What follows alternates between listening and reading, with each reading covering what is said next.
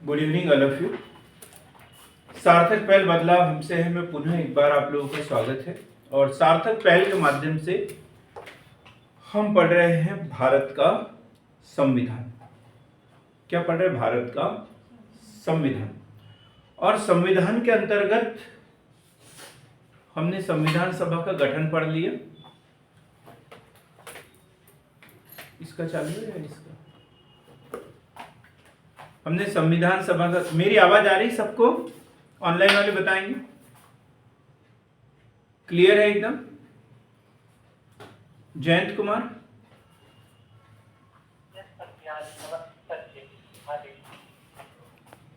ठीक है। तो जयंत कुमार, आप मेंस वाले ग्रुप में हो ना? क्या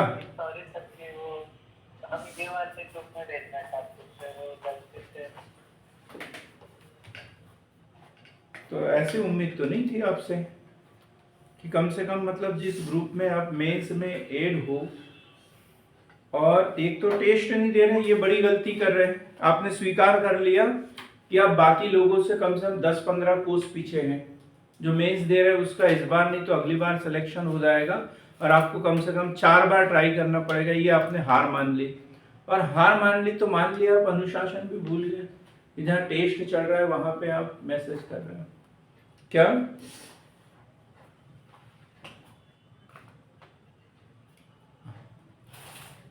नहीं, हम नहीं करेंगे ना स्वीकार, लेकिन मैं तो आज ग्रुप खाली करने वाला हूं अभी मेंस का।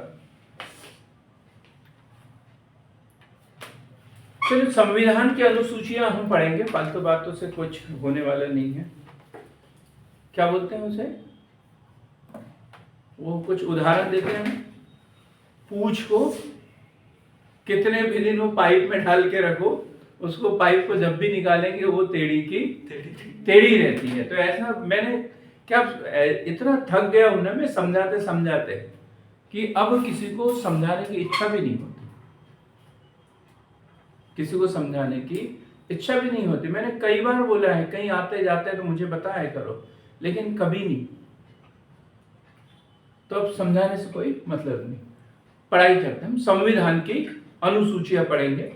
इससे पहले वाले वीडियो में हमने पढ़ लिया था संविधान के स्रोत पढ़े हमने, कि ब्रिटेन के संविधान से क्या लिया, अमेरिका के संविधान से क्या लिया, आयरलैंड के संविधान से क्या लिया, जर्मनी के संविधान से क्या लिया, कनाडा के संविधान से क्या लिया, जापान के संविधान से क्या लिया। ये सारी बातें हमने पढ़ ली। संविधान की विशेषताएं पढ़ी अपन ने।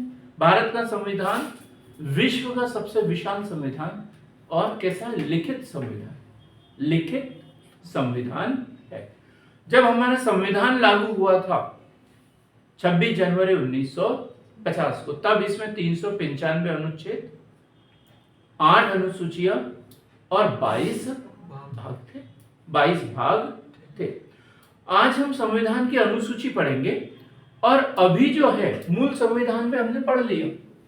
मूल संविधान, मूल संविधान में कितने 395 अनुच्छेद, 395 अनुच्छेद, 8 अनुसूचियां और ये 22 भाग। कितने भाग थे? 22। अब वर्तमान समय में देखें तो वर्तमान में कितनी अनुसूचियां हैं? 12 अनुसूचियां हैं। 12 अनुसूचियां हैं। तो एक एक अनुसूची को हम अच्छे से पढ़ेंगे। प्रथम अनुसूची, द्वितीय, तृतीय, चतुर्थ, पांचवी, छठवीं, सातवीं और ये 8वीं अनुसूची। ठीक, ये मूल संविधान की है। और फिर इसके बाद में हम पढ़ेंगे 9वीं, 10वीं, 11वीं और 12वीं अनुसूची। एक एक बात हमें पता होना चाहिए। हम प्रथम अनुसूची की बात करें। प्रथम अनुसूची, तो प्रथम अनुसूची काय से संबंधित है? राज्यों का नाम व संघ क्षेत्र। राज्य की परिभाषा, राज्य का नाम, उसका क्षेत्र, ये सब कुछ इसमें दिया हुआ है। और इसमें आर्टिकल कहां से कहां तक? अनुच्छेद 1 से 4 तक, 1 से 4 तक, आर्टिकल 1 से 4 तक ये पता होना चाहिए।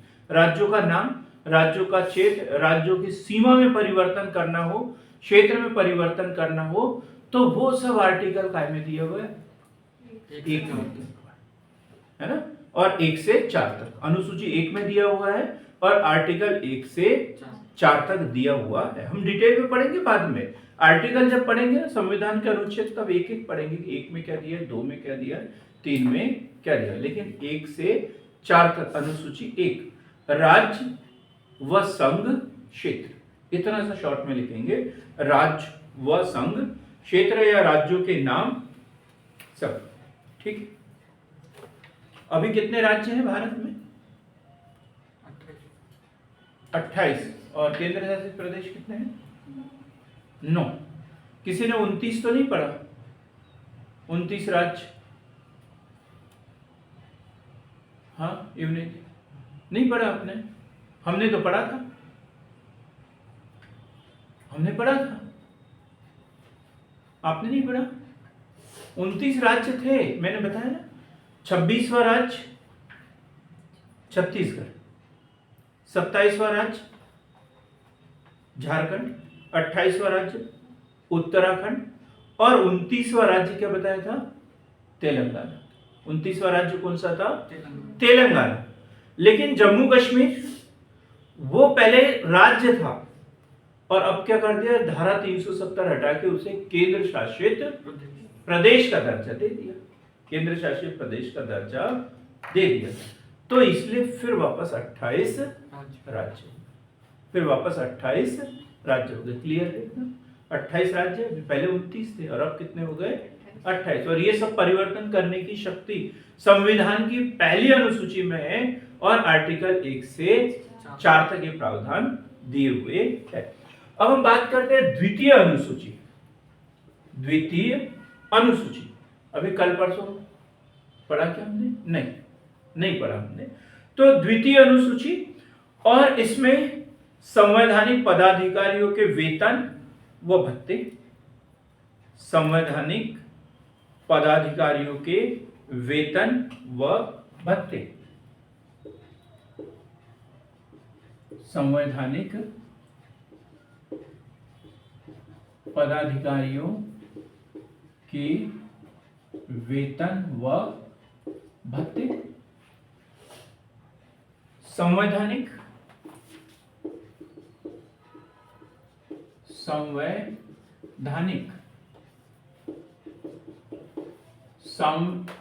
सांविधिक और गैर संवैधानिक व सांविधिक, ये 3 शब्द हैं। संवैधानिक जैसे राष्ट्रपति हो गए, राष्ट्रपति क्यों है? नहीं, राष्ट्रपति क्यों है? बिल्कुल सही बोला। संविधान में उल्लेख किया गया कि काय में किया है संविधान में, बस ठीक है। हम जैसे कल हमने सीएजी पढ़ा, सीएजी पढ़ा ना, 148।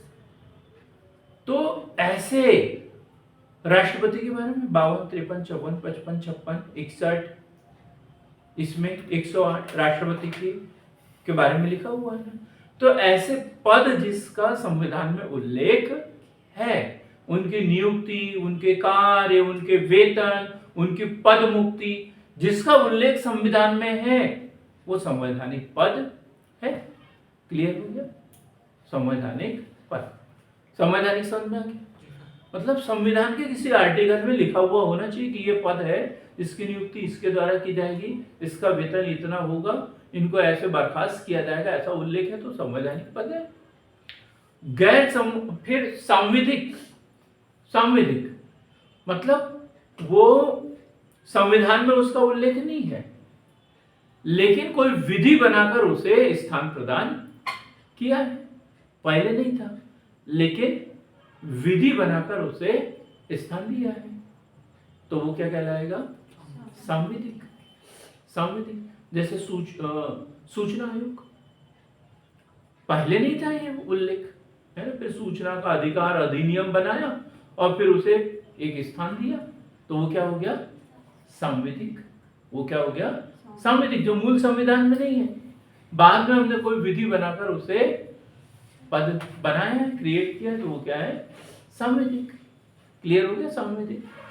और तीसरा है गैर संवैधानिक व गैर सांविधिक। ना तो वो संविधानिक संविधान में है, मूल संविधान में, ना ही उसे विधि बनाकर कहीं किया है, जैसे नीति आयोग। नीति आयोग, नीति आयोग पहले क्या था? ये योजना आयोग, योजना आयोग। अब बताओ, नीति आयोग का उपाध्यक्ष जो होगा, किस आर्टिकल में उल्लेख है उसका संविधान के? नीति आयोग के उपाध्यक्ष का संविधान में किस आर्टिकल में उल्लेख है? ऑनलाइन वाले बताएंगे जरा, ऑनलाइन वाले बताएंगे।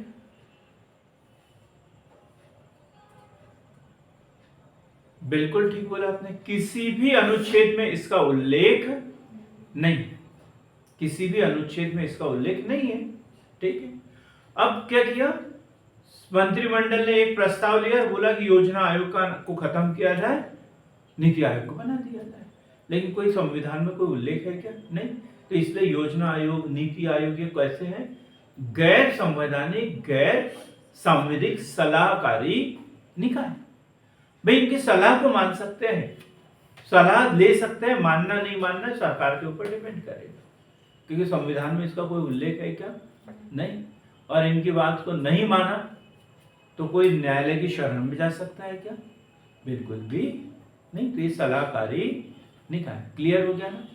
तो अब इसमें जो संविधान में जो उल्लेख, जो पद उल्लेख है, राष्ट्रपति, मुख्य निर्वाचन आयुक्त, सर्वोच्च न्यायालय के न्यायाधीश, हाई कोर्ट के न्यायाधीश, तो इनका वेतन कितना होगा, क्या होगा, ये काय में दिया हुआ है? द्वितीय अनुसूची में दिया हुआ है। ठीक, अब इसमें जैसे क श्रेणी में कौन कौन आता है, लिखेंगे थोड़ा सा डिटेल में। इसमें क श्रेणी में राष्ट्रपति, राज्यपाल, राष्ट्रपति, राज्यपाल। ख श्रेणी में देखते हैं लोकसभा अध्यक्ष, उपाध्यक्ष, राज्यसभा के सभापति, उपसभापति, राज्य विधानसभा के सभापति, उपसभापति,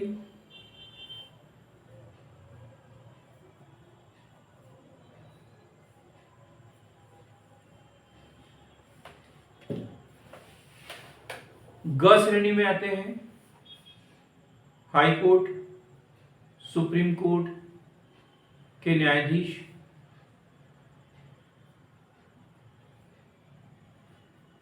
व समकक्ष पदाधिकारी, व समकक्ष पदाधिकारी। समकक्ष पदाधिकारी कैसे? जैसे मुख्य निर्वाचन आयुक्त को कितना वेतन मिलता है, तो क्या है? हाई कोर्ट के मुख्य न्यायाधीश के बराबर। ये लिखा रहता है भाई, एक का उल्लेख कर दिया है, बाकी सबको इनके बराबर मिलेगा, ये प्रावधान है। क्लियर हो गया ना ये? तो दूसरी अनुसूची में क्या है, क्या बताया मैंने? राज्यों, पहली अनुसूची राज्यों का नाम व क्षेत्र, संघ, राज्य, क्षेत्र, दूसरी अनुसूची में संवैधानिक पदाधिकारियों के वेतन व भत्ते, और इसमें अधिकारियों को कितनी श्रेणियों में रखा गया? 3, क, ख और ग श्रेणी में। अब एक क्वेश्चन पूछ लिया जाए, राज्यसभा के उपसभापति किस श्रेणी में आते हैं? ख श्रेणी, ठीक है। और वही राष्ट्रपति किस श्रेणी में आते हैं? क श्रेणी में, ए श्रेणी में। क्लियर हुआ ये एकदम। अब कुछ पदाधिकारियों के वेतन की बात कर लेते हैं, हम लिख भी लेते हैं, ये एग्जाम में पूछा जाता है। 2019 के पीएससी में ये क्वेश्चन पूछा गया था कि नियंत्रक एवं महालेखा परीक्षक को वेतन किस अनुच्छेद के तहत दिया जाता है करके, ठीक है। तो लिखेंगे हम इसमें आर्टिकल 59(3), आर्टिकल 59(3), 59(3) किसका? राष्ट्रपति का वेतन। एक एक लाइन में लिखेंगे बराबर, बहुत महत्वपूर्ण है ये। आर्टिकल ऐसे लिखेंगे 59(3) राष्ट्रपति का वेतन, राष्ट्रपति का वेतन, राष्ट्रपति का वेतन। 59(3) राष्ट्रपति का वेतन। 65(3), 65(3) उपराष्ट्रपति का राष्ट्रपति के रूप में कार्य करते समय वेतन, कार्य करते समय वेतन। यदि किसी परिस्थितियों में, किन्हीं परिस्थितियों में राष्ट्रपति अपने पदीय दायित्व निभाने में सक्षम न हो या मृत्यु हो जाए, कुछ हो जाए, तो ऐसे समय में जब तक नए राष्ट्रपति का चुनाव न हो जाए, उपराष्ट्रपति राष्ट्रपति के रूप में कार्य करते हैं, तब उनका वेतन क्या होगा? ये काय में दिया हुआ है? आर्टिकल 65(3) में दिया हुआ है। आर्टिकल 65(3) में। बात समझ में आ रही? अब हम बात करते हैं 75(6). 75(6) लोकसभा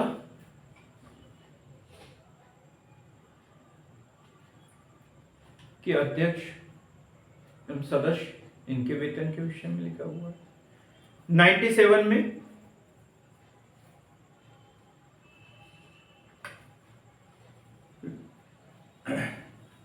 सभापति, उपसभापति और अध्यक्ष, उपाध्यक्ष। 97 में क्या? सभापति, उपसभापति, अध्यक्ष, उपाध्यक्ष। यहां थोड़ा समझना है, सभापति और उपसभापति कहां होते हैं? लोकसभा में। नहीं, राज्यसभा में। राज्यसभा में सभापति होता है। सभापति मीन्स उपराष्ट्रपति। उपराष्ट्रपति राज्यसभा का पदेन सभापति होता है, पता है ना ये, है ना। और एक उपसभापति होता है, ठीक। तो ये राज्यसभा में होते हैं।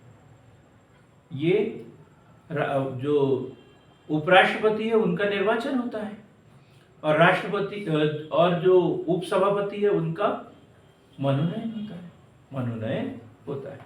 और लोकसभा में कौन होता है? अध्यक्ष और उपाध्यक्ष। यहाँ 75(6) में जो है लोकसभा के सदस्यों का वेतन है, और यहाँ पे क्या? सभापति, उपसभापति, अध्यक्ष और उपाध्यक्ष, ठीक है। ये थोड़ा सा ठीक कर ले। 124 इसमें किसका वेतन?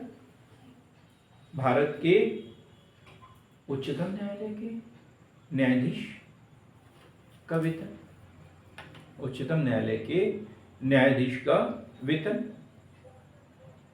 हाँ बोलिए। Good evening.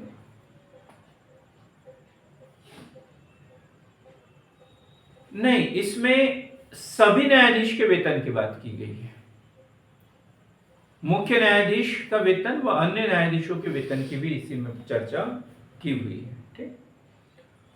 आर्टिकल 148(3), 148(3) किसका वेतन? नियंत्रक एवं महालेखा परीक्षक, सीएजी। सीएजी का वेतन, सीएजी का वेतन 158(3), 158(3), 158। भाग 6 में है, बताइए काय संबंधित है भाग 6? हमने पढ़ लिया। भाग 1 बता दिया मैंने, काय संबंधित है? राज्य एवं कार्य क्षेत्र। भाग 2 नागरिकता। भाग 3 मूल अधिकार। भाग 4 नीति निर्देशक तत्व। 4 का मौलिक कर्तव्य। भाग 5 केंद्र सरकार और भाग 6 राज्य सरकार। तो राज्य सरकार से संबंधित है, और राज्य सरकार संबंधित है मतलब किसका? राज्यपाल। राज्यपाल का वेतन 158(3) राज्यपाल का वेतन, राज्यपाल महोदय का वेतन 164(5), 164(5) राज्य विधानसभा के सदस्य, मंत्री, इनके वेतन के लिए 186, 186, 186, 186। इसमें क्या है? राज्य विधानमंडल,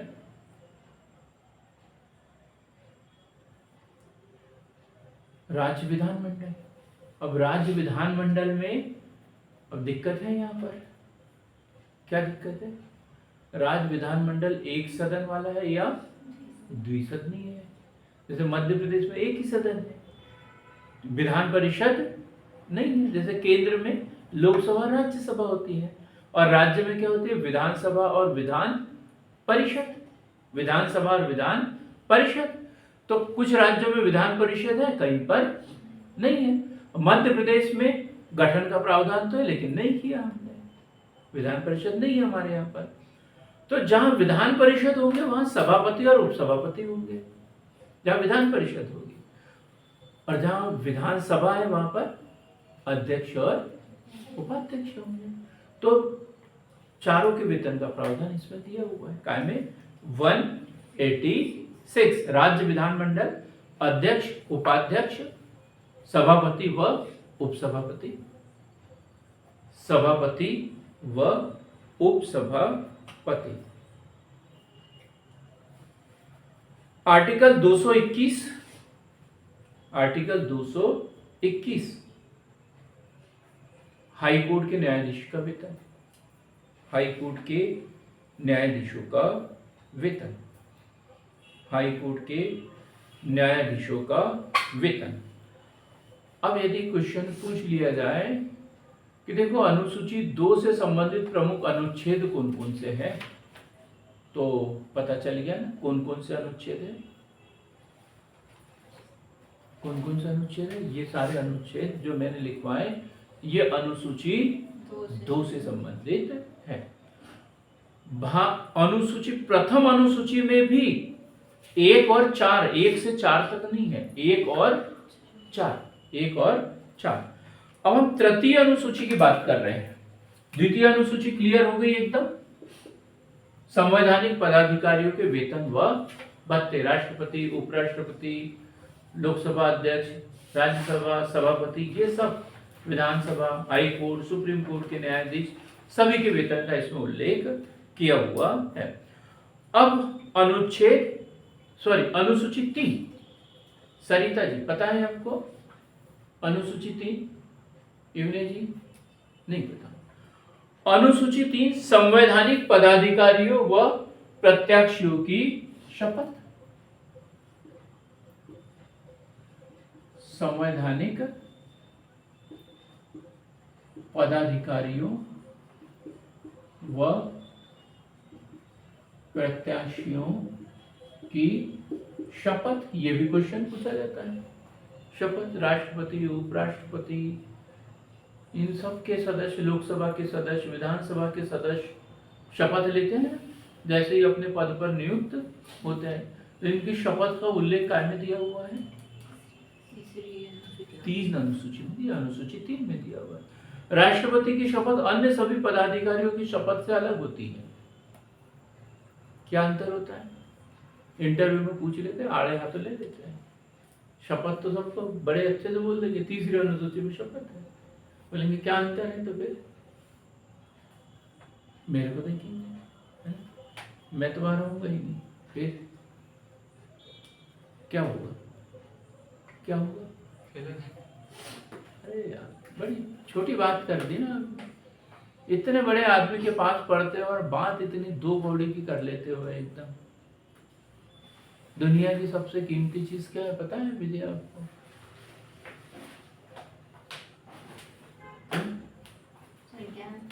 नहीं तो ज्ञान तो मेरे जैसा आदमी दे देता है। दुनिया की सबसे कीमती चीज है समय। क्या है? समय। तो जो आदमी अपना समय दे रहा हो उससे धनी आदमी कोई होगा क्या? नहीं होगा। उससे बड़ा आदमी कोई होगा? नहीं। और इतने बड़े आदमी के पास पढ़ते हो और आप 2 कौड़ी की बात करते हो। भाई मैं बता रहा हूं ना, आपको बोला था कि सर आपके शब्द में याद आएंगे, इतना बोल देते मैं भी खुश, आप भी खुश हो जाते, लेकिन नहीं। भाई राष्ट्रपति की जो शपथ होती है 2 तरीके की होती है। हर पदाधिकारी की शपथ सिर्फ पदीय दायित्वों की होती है, अपना पद और उसके दायित्वों की शपथ लेता है।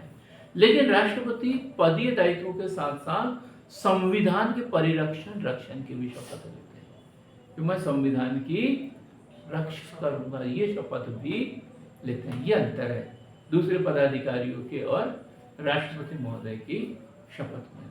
क्लियर हो गया? ये बात याद रहना, बस इतनी सी बात। आपको क्या लगा मैं बताऊंगा नहीं आपको? तो फिर कैसे बोले फेल हो जाऊंगा? फेल होने के लिए आते होते हैं यहाँ पे, फेल वाला शब्द नहीं होना चाहिए यहाँ पे। तो संवैधानिक पदाधिकारियों व प्रत्याशियों की शपथ, किस किस की शपथ इसमें? राष्ट्रपति, उपराष्ट्रपति, संसद सदस्य, राष्ट्रपति, उपराष्ट्रपति, संसद सदस्य,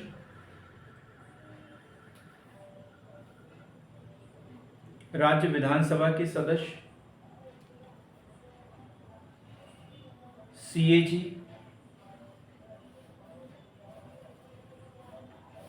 एससी, एचसी के न्यायाधीश, इन सब की शपथ। अब यही क्वेश्चन कठिन बन जाए, इससे संबंधित आर्टिकल दिए रहेंगे, अब बोलेंगे कौन सा आर्टिकल अनुसूची 3 से संबंधित नहीं है, ऐसे क्वेश्चन बन सकते हैं। तो इसमें जैसे अनुच्छेद 75, 75, 124, 148, 188, 219, ये अनुच्छेद इससे संबंधित है। अभी हम पढ़ेंगे ये अनुच्छेद काय से संबंधित है, लेकिन अभी इतना याद रख लो कि ये अनुच्छेद अनुसूची 3 से संबंधित है। अनुसूची 3 में किसकी शपथ? संवैधानिक पदाधिकारियों की शपथ। अनुसूची 1 क्या पढ़ा अपन ने? राज्य और केंद्र, संघ, राज्य, क्षेत्र। अनुसूची 2 वेतन एवं भत्ते। अनुसूची 3 शपथ। इतना याद रखना, ऐसे सीधे से क्वेश्चन बनते हैं। शपथ। अब हम पढ़ते हैं अनुसूची 4। अनुसूची, हाँ,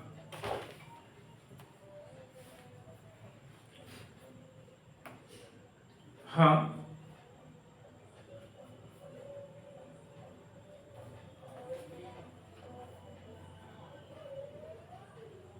हाँ।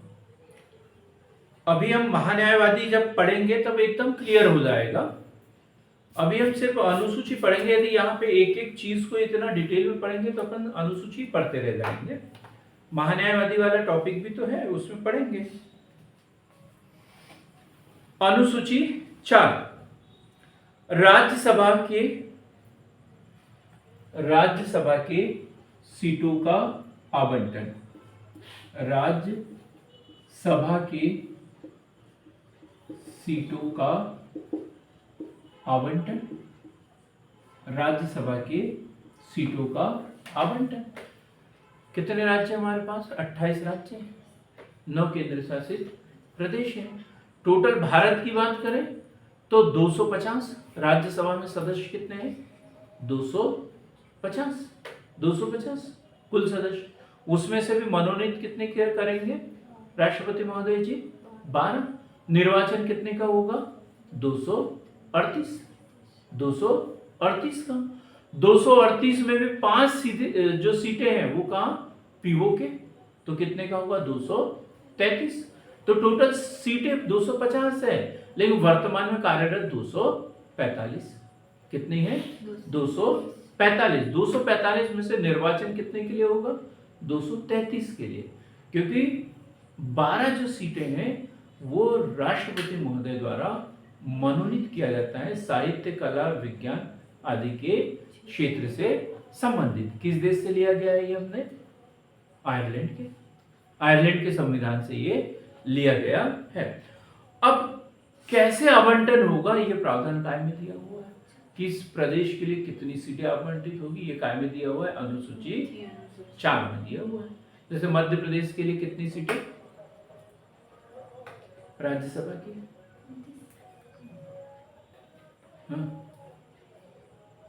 अरे इतने कमजोर बच्चे। हेमलता कैसा? 29 तो लोकसभा की है। 11 कितनी? 11 सीटें। लोकसभा के लिए 29 सीटें और राज्यसभा के लिए 11। ये कंठस्थ याद होना चाहिए, इसमें कंफ्यूजन नहीं होना चाहिए। या तो याद ना हो तो पूरा जाए, लेकिन कंफ्यूज होना ये तो बड़ी दिक्कत वाली बात है। क्योंकि कंफ्यूज वो लोग होते हैं जो पढ़ लिख के गलत करके आते हैं। फिर सिर पीटते हैं अपना। इनका सर दर्द करना ये आम बीमारी हो जाती है इनके लिए, जो कंफ्यूज रहते हैं। तो ऐसे काम मत करना। विधानसभा कितनी सीटें? 230। और पहले कितनी थी? 320। पहले 320 थी, लेकिन 2000 में छत्तीसगढ़ का विभाजन हो गया, 90 सीटें उधर चली गई। तो हमारे पास कितनी बची? 230। ये याद रखना। मध्य प्रदेश में राज्यसभा के लिए 11 सीट, लोकसभा के लिए 29 सीट और विधानसभा के लिए 230 सीटें। तो अनुसूची 4 का संबंध कैसे है? राज्यसभा में सीटों का आवंटन। और इससे संबंधित प्रावधान है अनुच्छेद 4 में और अनुच्छेद 80। अनुच्छेद 4 और अनुच्छेद 80। यदि हम संसद पढ़ते हैं तो उसमें ये पढ़ते हैं 79, 80। ये संसद से संबंधित है। क्लियर हो गया एकदम? अब हम पढ़ते हैं 5वीं अनुसूची। यहां क्वेश्चन बनता है 5वीं और 6वीं अनुसूची से क्वेश्चन उठते हैं कभी भी। तो 5वीं अनुसूची में क्या दिया हुआ है? 5वीं अनुसूची, अनुसूचित क्षेत्र व जनजातीय क्षेत्रों के, अनुसूचित क्षेत्र व जनजातीय क्षेत्रों के प्रशासन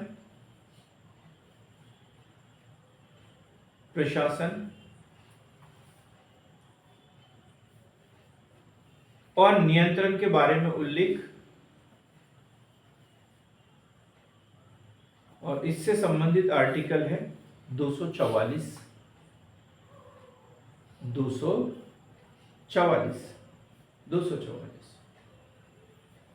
किस क्षेत्र को अनुसूचित घोषित करना है?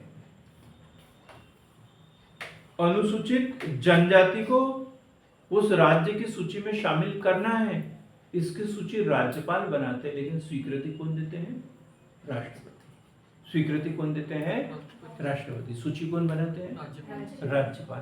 भाई जैसे हमारे यहाँ अनुसूचित जनजाति, हमारे यहाँ की अनुसूचित जनजाति यदि छत्तीसगढ़ में जाए तो उसे सामान्य में गिन लेता है, होता है, क्योंकि जो जनजाति घोषित की जाती है वो उस राज्य विशेष के लिए की जाती है, राज्य विशेष के लिए की जाती है।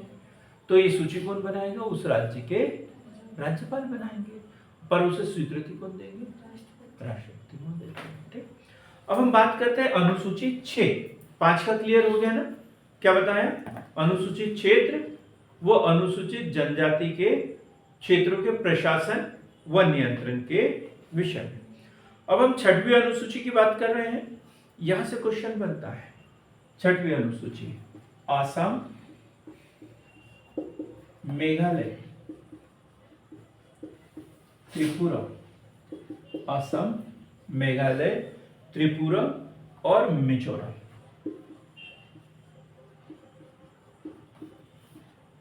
असम, मेघालय, त्रिपुरा, मिजोरम, ये 4 ही राज्य है इसमें के लिए विशेष उपबंध, विशेष उपबंध। ये जनजातीय बहुल राज्य हैं, तो इन राज्यों के लिए विशेष उपबंध किए हुए हैं और ये प्रावधान है आर्टिकल 275(1) में। आर्टिकल 275(1) में छोटे छोटे क्वेश्चन बनते हैं। प्री के लिए यदि हम इतना कंठस्थ याद कर ले और इसे जब हम मेंस में लिखते हैं ना, तो सामने कॉपी चेक करने वाला सोच में पड़ जाता है कि काश बोनस नंबर देने का प्रावधान होता। क्या सोचते हैं? बोनस नंबर देने का प्रावधान होता, लेकिन प्रावधान नहीं है। क्यों नहीं है? क्यों नहीं है? क्योंकि यही तो हमने पहले भी पढ़ाया था ना, हमें याद नहीं है। नहीं है ना याद? तो अब याद हो जाए इसकी कोई गारंटी है? कोई सर्टिफिकेट है याद हो जाएगा? नहीं होगा, क्योंकि कितना भी पढ़ ले याद करते नहीं है। बच्चे लोग पढ़ते नहीं है तो याद नहीं करते। इसलिए बोला कि छोड़ो बोनस 5 में 6 में से 5 में से यदि हम 3 लायक लिख दे उतना भी बहुत है, उतना भी बहुत है। इतना तो लिख देंगे 6वीं अनुसूची कि इसमें असम, मेघालय, त्रिपुरा, मिजोरम के जनजातियों की मतलब इन राज्यों को विशेष दर्जा दिया गया है, उनके प्रशासन का प्रावधान है, लेकिन आर्टिकल छोड़ देंगे, उसमें आर्टिकल छोड़ देते हैं। ठीक, अब हम पढ़ेंगे अनुसूची 7। अब यहां से बड़ी अनुसूची शुरू हो गई। अनुसूची 7 काय से संबंधित है? क्या पढ़ा अभी तक आपने अनुसूची 7 के बारे में? 2-3 बार बता दिया मैंने, नए बच्चों को भी बता दिया है। अनुसूची 7 में क्या पढ़ा था? भारत में संघात्मक शासन कल पढ़ाया था। संघात्मक शासन में क्या होता है? शक्तियों का विभाजन। और विभाजन किस रूप में किया गया है? अनुसूची के रूप में। तो कितनी अनुसूचियां हैं? 3। यही तो पूछ रहा था, तो इसके लिए मुझे समझाना पड़ा, रास्ता दिखाना पड़ा।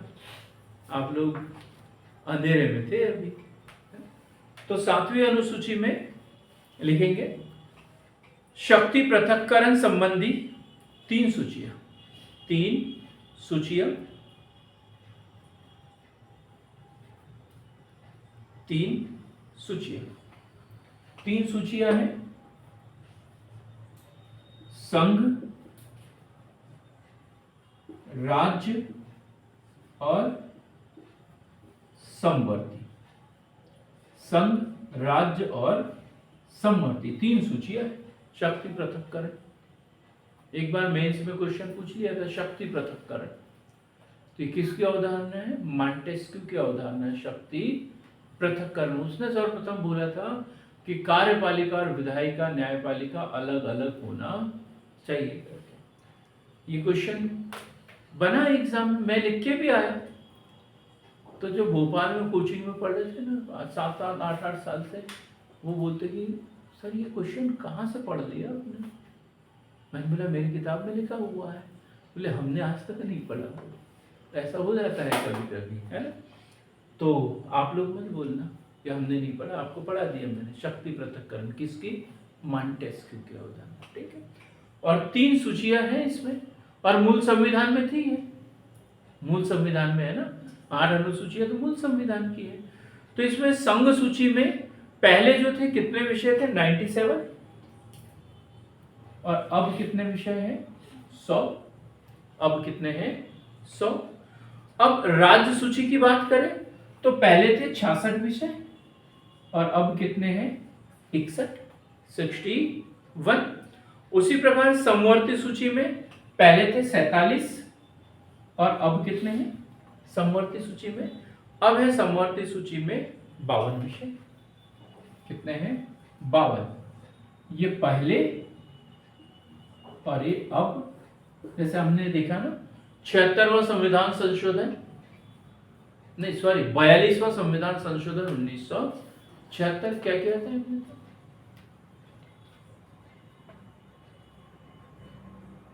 हाँ कई बार तो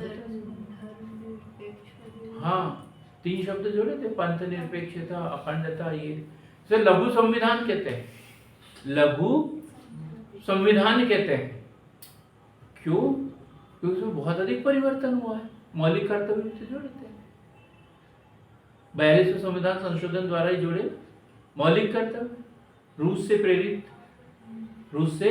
प्रेरित सरदार स्वर्णशील समिति की अनुशंसा पर 10 मौलिक कर्तव्य जोड़े। कैसे भूल जाते हैं, कल ही पढ़ा था 42वां संविधान संशोधन 1976। फिर 3 शब्द प्रस्तावना में जोड़े, ये भी हमने पढ़ा। और क्या किया था? शिक्षा और वन, शिक्षा और वन, इनको राज्य सूची से हटाकर कहां ले गए थे? समवर्ती सूची में ले गए थे। ये भी तो पढ़ा हमने। शिक्षा और वन ये पहले राज्य सूची के विषय थे, तो इनको राज्य सूची से हटाकर कहां लेके गए? समवर्ती सूची में लेके गए थे 42वें संविधान संशोधन द्वारा। तो ये याद होना चाहिए। कितनी सूचियां हैं? 3, संघ सूची, राज्य सूची और समवर्ती सूची। संघ सूची में पहले कितने? 97 थे, अब 100 है। राज्य सूची में पहले 66 थे, अब 61 है। समवर्ती सूची में 47 थे और अभी 52। क्लियर हो गया ये? फिर कुछ बच जाता तो उसे क्या बोलते हैं? अवशिष्ट शक्ति। अवशिष्ट शक्ति ये भी कल पढ़ा था अपन ने। और किसके पास रहेगी? केंद्र के पास रहेगी। दक्षिण अफ्रीका के संविधान से लिया नहीं, कनाडा के संविधान से लिए। कल पढ़ा था अपन ने इसके विषय में, और ये हमें याद रखने की जरूरत है।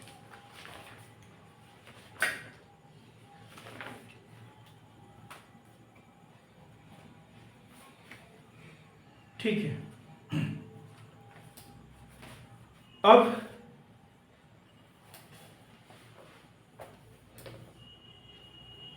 आर्टिकल, इसमें 250 भी शामिल है 7वीं अनुसूची में। बड़ा महत्वपूर्ण आर्टिकल, इसमें लिखना है। ये 7वीं अनुसूची में आता है आर्टिकल 250। शांतनु जी बता सकते हैं कि क्या प्रावधान है इसमें?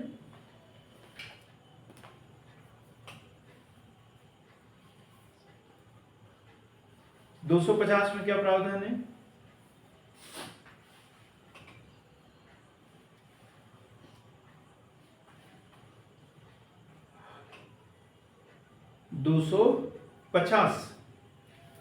आपातकाल के दौरान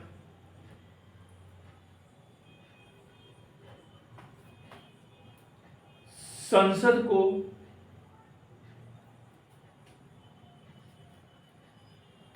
राज्य सूची के विषय पर कानून बनाने की शक्ति।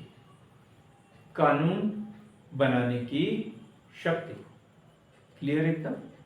यदि आर्टिकल 252 के तहत आपातकाल की घोषणा कर दे, अब राज्य सूची के विषय पर कानून बनाना है तो कौन बनाएगा? संसद बनाएगी, केंद्र सरकार बनाएगी। क्लियर हो गया ये? 250। 249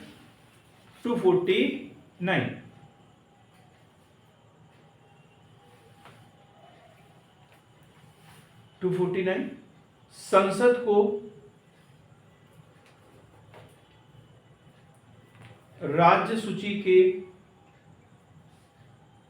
संबंध में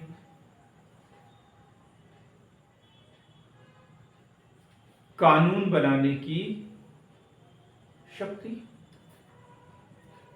अब यहां राज्यसभा का विशेष अधिकार है ये, है ना। इसमें 250 में आपातकाल के दौरान, और इसमें आपातकाल बोला है क्या? नहीं, यहां आपातकाल शब्द का इस्तेमाल नहीं हुआ है, ठीक है। यहाँ आपातकाल शब्द का, राज्यसभा को यदि ये जरूरी लगे कि किसी सूची, राज्य सूची के किसी विषय पर कानून बनाना अति आवश्यक है, तो बना सकते हैं, ठीक। क्योंकि राज्यसभा किसका प्रतिनिधित्व करती है? राज्यों का, राज्यों का प्रतिनिधित्व करती है, ठीक है। इसलिए वो राज्य सूची के विषय पर कानून बना सकते हैं। आर्टिकल 248, आर्टिकल 248 क्या है इसमें? अवशिष्ट विषय, अवशिष्ट शक्तियां किसके पास रहेगी? केंद्र सरकार के पास रहेगी। 248 में क्या बोला है? अवशिष्ट शक्तियां जो है वो केंद्र सरकार के पास में रहेगी। यदि कोई विषय ऐसा छूट गया हो जो तीनों में से किसी भी सूची में नहीं है, और ये नया नया सामने आ जाए, तो फिर इसके ऊपर कानून कौन बनाएगा? केंद्र सरकार बनाएगी, केंद्र सरकार बनाएगी। अब हम लिखते हैं 246, आर्टिकल 246, 246, 246, 246, इसमें है शक्तियों का विभाजन। मतलब ये तीनों सूचियां, केंद्र सूची, संघ सूची, सॉरी केंद्र सूची, राज्य सूची, समवर्ती सूची, ये तीनों का प्रावधान काय में है? आर्टिकल 246 में है। तो इससे संबंधित आर्टिकल अपन ने कौन कौन से पढ़ लिए? 246, 248, 249, 250। अब केंद्र सूची के विषय कौन से होते हैं? जो राष्ट्रीय महत्व के होते हैं, जो राष्ट्रीय महत्व के होते हैं। और राज्य सूची में जो विषय होते हैं वो स्थानीय महत्व के होते हैं, ठीक है। तो केंद्र सूची के विषय जैसे रक्षा लिखेंगे।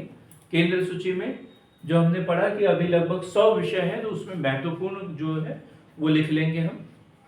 रक्षा, विदेशी मामले, विदेशी मामले, युद्ध व शांति, युद्ध व शांति, बैंकिंग, मुद्रा, एक आपका विभाग विजय, पोस्ट ऑफिस। भूल जाते हैं आप, अभी आपने स्वीकार ही नहीं किया क्या उस पद को? हाँ, कर लिया ना, अच्छी बात है, अंतरात्मा से स्वीकार करो। पोस्ट ऑफिस, रेलवे, जनगणना, जनगणना, संचार, सेवा, संचार, सेना, सेना है, सेवा नहीं, सेना। अब राज्य सूची में कौन से विषय आते हैं? जो स्थानीय महत्व के हैं, जैसे पुलिस, पुलिस व कानून व्यवस्था राज्य सूची का विषय है। स्थानीय प्रशासन, स्थानीय प्रशासन, अस्पताल, मेले, बाजार, बाजार, कृषि आय पर कर, कृषि आय पर कर। मैं जब इंटरव्यू देने के लिए गया था तो पूछा था, कृषि आय पर कर कौन लगा सकता है? कौन लगा सकता है? राज्य सरकार। लेकिन लगाती है क्या? नहीं, क्योंकि कृषि जो कृषि से जो आय प्राप्त होती है वो टैक्स फ्री है, उसके ऊपर टैक्स नहीं लगता है। लेकिन कभी लगाने का नंबर आए तो किसको अधिकार है? राज्य सरकार को है। जैसे आयकर निगम कर ये कौन लगाता है? केंद्र सरकार लगाती है। लेकिन कृषि आयकर किसके अधीन है? राज्य। जब हम कर प्रणाली पढ़ेंगे तब डिटेल में पढ़ेंगे इसे, ठीक। अब लिखेंगे समवर्ती सूची के विषय। अभी दो विषय तो अभी थोड़ी देर पहले ही बताए, युवने जी बताइए दो विषय कौन से बताए थे?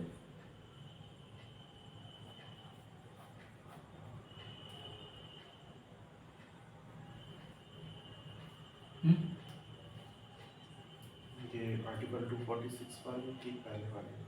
अरे अभी बताए समवर्ती सूची के दो विषय। हाँ नीति बकवास मत किया करो भाई, काम की बात बोला करो।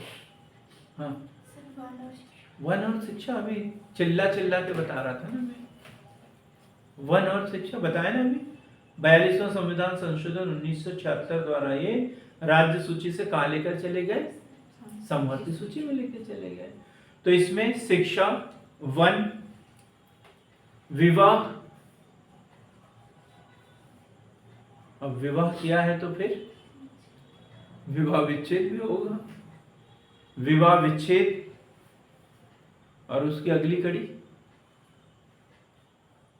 परिवार नियोजन, परिवार नियोजन, जनसंख्या नियंत्रण, जनसंख्या नियंत्रण, संपत्ति का अधिग्रहण, विद्युत, संपत्ति का अधिग्रहण, भूमि अधिग्रहण वगैरह होता है वो, विद्युत, जन्म मृत्यु का पंजीयन, जन्म मृत्यु पंजीयन। अब हमने 7वीं अनुसूची पढ़ लिया। अब बताओ मिस्टर अर्जुन जी, 7वीं अनुसूची का प्रावधान संविधान के किस अनुच्छेद में है?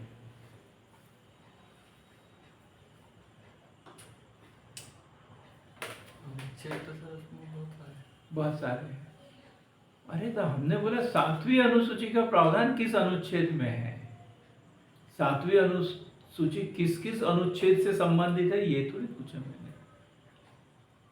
किस अनुच्छेद में 7वीं अनुसूची का प्रावधान है? 200 नहीं जी, 246, 246 इसमें 7वीं अनुसूची है ना। केंद्र सूची, राज्य सूची, समवर्ती सूची 246 में है। फिर हमने अलग बताया 250 में क्या बताया? अलग से प्रावधान कि भाई आपातकाल के दौरान संसद जो है राज्य सूची के विषय पर कानून बना सकती है। 249 राज्यसभा यदि चाहे तो राज्य सूची के किसी विषय पर कानून बना सकती है। फिर 248 अवशिष्ट शक्तियां, और 246 हमने अलग से लिखवाया ना, क्या? शक्तियों का विभाजन, मतलब 7वीं अनुसूची, ठीक। और 7वीं अनुसूची में कितनी अनुसूची है? 3। संघ सूची या केंद्र सूची, राज्य सूची, समवर्ती सूची। क्लियर हो गया ये एकदम। अब हम बात करेंगे 8वीं अनुसूची। ये बहुत ही महत्वपूर्ण है, हर साल लगभग इससे संबंधित क्वेश्चन पूछा जाता है। क्या पढ़ा है अभी तक आपने इसके विषय में? हाँ जी, भाषा। कौन सी भाषा?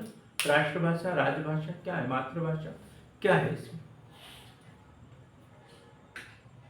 हाँ जी, 8वीं अनुसूची नहीं, कोई बात नहीं, मान्यता प्राप्त भाषा है ना।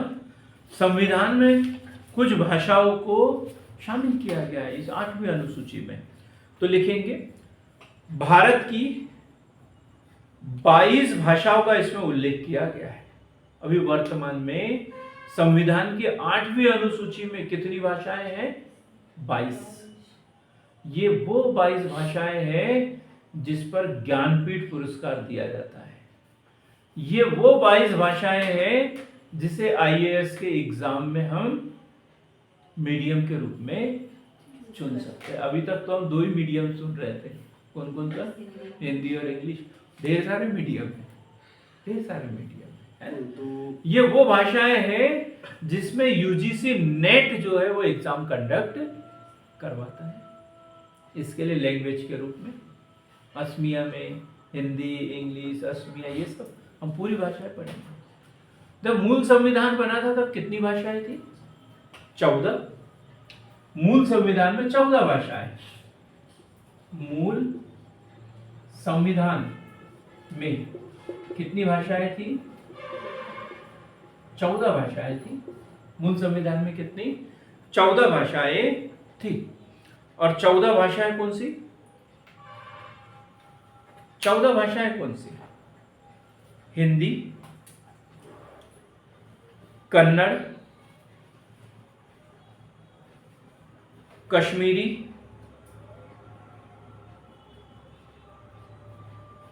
क्या क्या लिख लिया फिर से? हिंदी, कन्नड़, कश्मीरी, मलयालम, मराठी, उड़िया, पंजाबी, संस्कृत,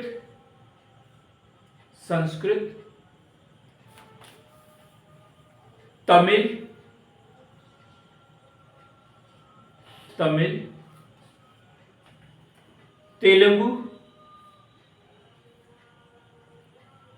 तेलुगु, उर्दू, असमिया,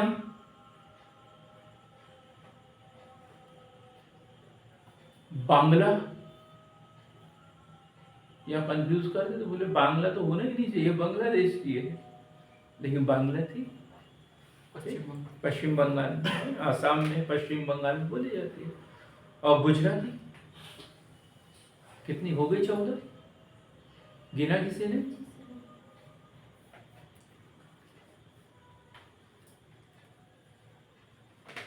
दो बची है तो भाई ध्यान से लिखो, फिर बचना तो नहीं चाहिए। हिंदी, कन्नड़, कश्मीरी, मलयालम, मराठी, उड़िया, पंजाबी, संस्कृत, तमिल, तेलुगु, उर्दू, असमिया, बांग्ला, गुजराती। कितनी हुई? 14 हो गई ना। फिर क्या बचा? कुछ नहीं बचा। अब संविधान संशोधन द्वारा कितनी भाषाएं जोड़ी फिर इसमें? 8। तो टोटल कितनी है? 22। मूल संविधान में 14 थी तो 8 भाषाएं जोड़ी गई। तो कब जोड़ी गई, कब नमक खाया, ये सब हमें लिखना पड़ेगा। तो सबसे पहले देखते हैं हम यहाँ पर 21वां संविधान संशोधन। 21वां संविधान संशोधन 21वां संविधान संशोधन 1967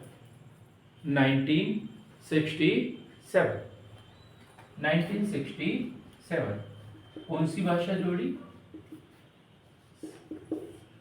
ऑनलाइन वाले पढ़ के बताओ मैंने क्या लिखा है। कोई बता दो भाई जी। सिंधी, बहुत बढ़िया, मान गए आपके पार की नजर। सिंधी है ना, सिंधी। तो 1967 में 21वें संविधान संशोधन के द्वारा क्या कौन सी भाषा जोड़ी? सिंधी। अब यदि बोले 1968 में संविधान की 8वीं अनुसूची में कितनी भाषाएं थी, क्या बोलोगे अर्जुन जी? 15। क्या बात है, बड़े समझदार हो गए अब तो, है ना। अब हम बात करते हैं 71वां संविधान संशोधन 1972। 71वां संविधान संशोधन 1992। और इसमें क्या जोड़ दिया? नमक। नमक छोड़ दिया। 3 भाषाएं है ना, नेपाली, मणिपुरी, कोंकणी। नेपाली, मणिपुरी, कोंकणी, 3 भाषाएं जोड़ दी तो 93 में कितनी भाषाएं होगी? 18। उस समय की किताब जो पढ़ रहे होंगे अभी तक रखी होंगी तो उसमें 18 भाषाएं दिखेगी उनको। कोई यदि पुरानी किताब पढ़ रहा होगा तो वो 18 भाषा पढ़ेगा, है ना। जब हमने पढ़ना शुरू किया था 91-92 तब तो 14 ही भाषाएं पढ़ते थे। अब हम देखेंगे 92वां संविधान संशोधन 2003। 92वां संविधान संशोधन 2003। 92वां संविधान संशोधन 2003। और क्या जोड़ा इसमें? बीडीएमएस, एमबीबीएस नहीं, बीडीएमएस। बीडीएमएस क्या होगा? बीडीएमएस बोडो, डोंगरी, मैथिली और संथाली। बोडो, डोंगरी, मैथिली, संथाली।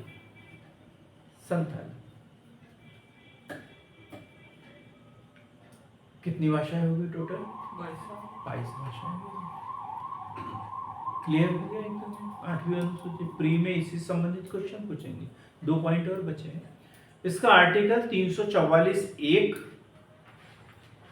8वीं अनुसूची किस आर्टिकल में? 344(1) और कुछ प्रावधान है आर्टिकल 351। हिंदी के प्रचार प्रसार की बात करते हैं इसमें, तो 2 आर्टिकल इससे संबंधित है, 3441 और 351। अब मूल संविधान की अनुसूची हो गई हमारी। उड़िया भाषा का नाम बदल दिया, ओडिया हो गया। उड़िया का क्या हो गया है? ओडिया, है ना। क्लियर हो गया ना ये 8वीं अनुसूची का। अब 9वीं, 10वीं, 11वीं, 12वीं ये मूल संविधान में नहीं थी, ये संविधान संशोधन कर करके उसमें जोड़ी। अब क्या हुआ? 1948, 49, 50 संविधान बन रहा था, जमींदारी प्रथा का उन्मूलन हो रहा था। जमींदारी प्रथा का उन्मूलन हो रहा था। अब सरकार को चाहिए थी संपत्ति, और ये किसको दे दिया था? राज्यों को। तो राज्य क्या करते थे? इनसे संपत्ति हड़पने के लिए जमींदारी उन्मूलन अधिनियम और ये लोग पारित कर रहे थे। और ये लोग फिर वो जिसकी संपत्ति हड़पते थे ये कहाँ जाते थे? कहाँ जाते थे ये? सुप्रीम कोर्ट में। कोर्ट में जाएंगे कि नहीं? क्योंकि विधि का शासन है, बिना विधि बनाए हुए तो इनकी संपत्ति हड़प नहीं सकते। कोर्ट में चल जाते थे तो ये राज्यों के लिए संपत्ति जो अधिग्रहित करना क्या हो जाता था? कठिन हो जाता था। कहीं डैम बनाना है, कुछ बनाना है, तो अब क्या किया जाए? एक अनुसूची बना दी जाए। तो इन्होंने एक अनुसूची बना दी, 9वीं अनुसूची बना दी। और उसमें क्या प्रावधान था? केंद्र सरकार ने एक 9वीं अनुसूची जोड़ दी मूल संविधान में, और इसमें स्पष्ट प्रावधान कर दिया कि इस अनुसूची में जो भी विषय रहेगा वो वाद योग्य नहीं रहेगा। भाई इस अनुसूची में जो भी विषय डाला जाएगा अब उसके खिलाफ जो है हम अदालत की शरण में नहीं जा सकते। तो ये फिर हर राज्य ने क्या किया? भूमि अधिग्रहण बिल पारित किया और केंद्र सरकार को भेज दिया और बोला इसे कहाँ डाल दो? 9वीं अनुसूची में डाल दो। अब 9वीं अनुसूची में डाल देंगे, उस अनुसूची के तहत जो है संपत्ति का अधिग्रहण करेंगे, और जो पीड़ित व्यक्ति है वो कोर्ट की शरण में नहीं जाएगा, क्योंकि कोर्ट मना कर देगा। ये काय का विषय है? 9वीं अनुसूची का विषय है, इसके ऊपर कोर्ट कुछ नहीं कर सकता। अब ये बात करने के लिए कौन सी अनुसूची ले आई? 9वीं अनुसूची। ठीक है, लिखेंगे इसे 9वीं अनुसूची को। तो भूमि सुधार से संबंधित भूमि सुधार से संबंधित कब जोड़ा गया, इससे संबंधित भी प्रावधान लिखेंगे हम। पहला संविधान संशोधन, पहला संविधान संशोधन 1951 द्वारा जोड़ा गया। ठीक है। भारतीय संविधान में संपत्ति से संबंधित प्रावधान कहां पर है, कल पढ़ा था हमने, एक आर्टिकल जी 300 का 300 कम में ले गए, लेकिन था काल में 30, आर्टिकल 30 में था ना, भाग 3 आर्टिकल 30 में था, और वहां से उठाकर कहा ले गए उसे 300 कम में। तो ये 30 में 31 ख जोड़ा गया, 31 में, 30 में नहीं, सॉरी, संपत्ति का अधिकार आर्टिकल 31 में है, 1 में था। ठीक है, तो ये काय में है, आर्टिकल 31 ख, 31 ख, याद रखो, नवी अनुसूची कब जोड़ा गया ये, पहला संविधान संशोधन 1951 में नवी अनुसूची जोड़ी गई संविधान में। ठीक है, अब क्या हुआ, मैंने बताया ना, हर राज्य क्या कर रहा था, कोई भी कानून बनाता था, केंद्र सरकार को बोलता था कि इसे नवी अनुसूची में डाल दो। अब नवी अनुसूची में तो वो छोटा सा थैला बनाया था, अब उसमें सब डालते जा रहे, तो वो क्या हो गया, बड़ा। तो वो बोले अब तो अति हो गई साहब, अब मेरा पेट फट जाएगा ऐसे में, बोले कुछ तो कंट्रोल करो। तो फिर क्या कर दिया सरकार ने, 11 जनवरी 2007, नीचे लिखेंगे एक लाइन, 11 जनवरी 2000 के बाद, 2007, 11 जनवरी 2007 के बाद जो भी विषय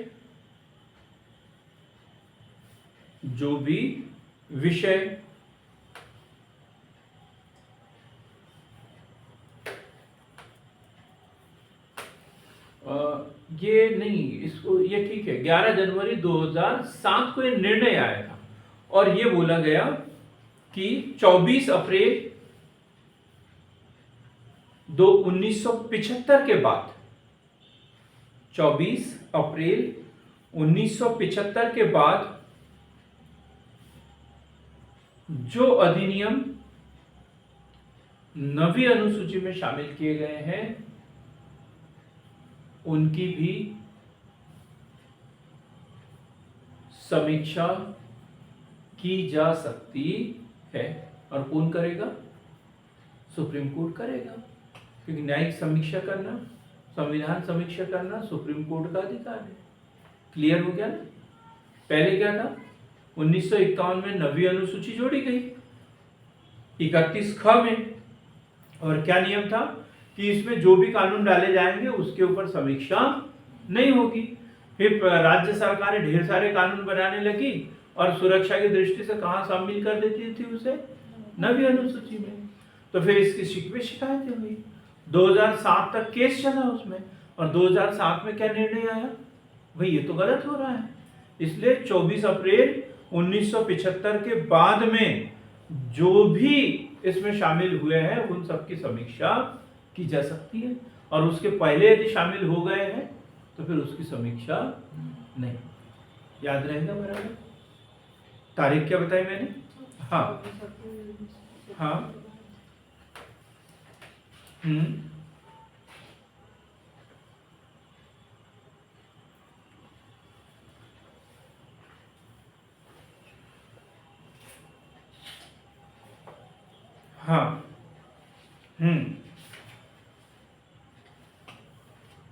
हाँ,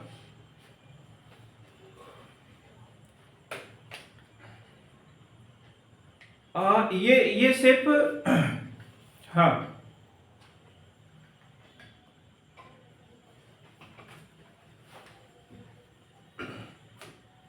हाँ,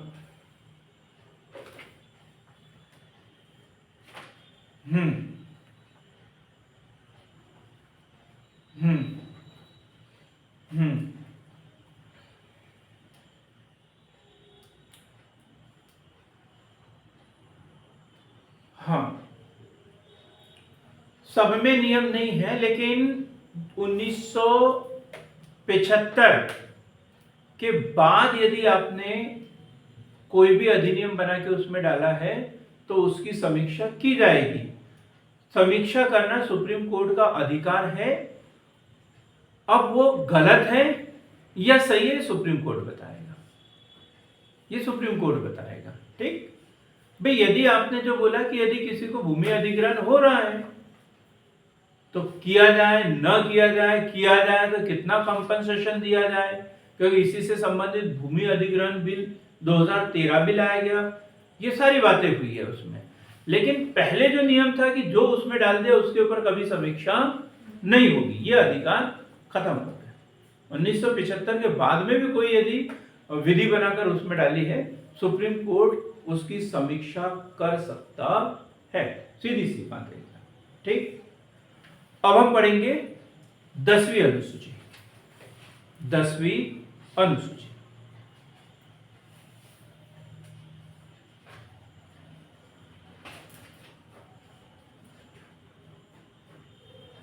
अब आरक्षण जैसा मुद्दा यदि कोई लाके उसमें डाल दे तो क्या उसके ऊपर समीक्षा नहीं होगी? बिल्कुल होगी उसके ऊपर। 10वीं अनुसूची दल बदल से संबंधित।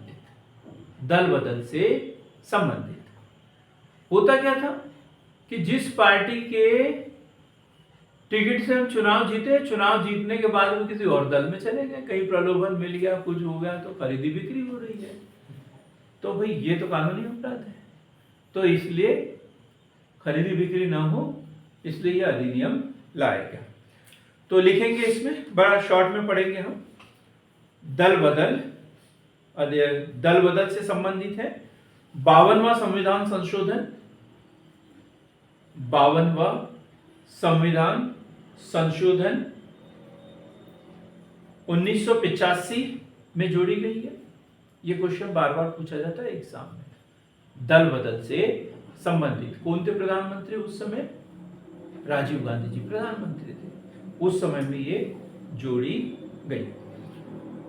और आर्टिकल 102 व आर्टिकल 191 से संबंधित, इससे संबंधित आर्टिकल कौन से हैं? 102, 191। कब जोड़ा गया इसे? 52वां संविधान संशोधन 1985। अब क्या है दल बदल, कब माना जाएगा, कब नहीं माना जाएगा, इसको हम डिटेल में अलग से पढ़ेंगे। 11वीं अनुसूची पढ़ेंगे, बड़ी महत्वपूर्ण है 11वीं अनुसूची। ये जैसी बात आई, 92वां संविधान संशोधन काय संबंधित है? 93वां संविधान, 92वां तो भाषा से संबंधित है। 93वां संविधान संशोधन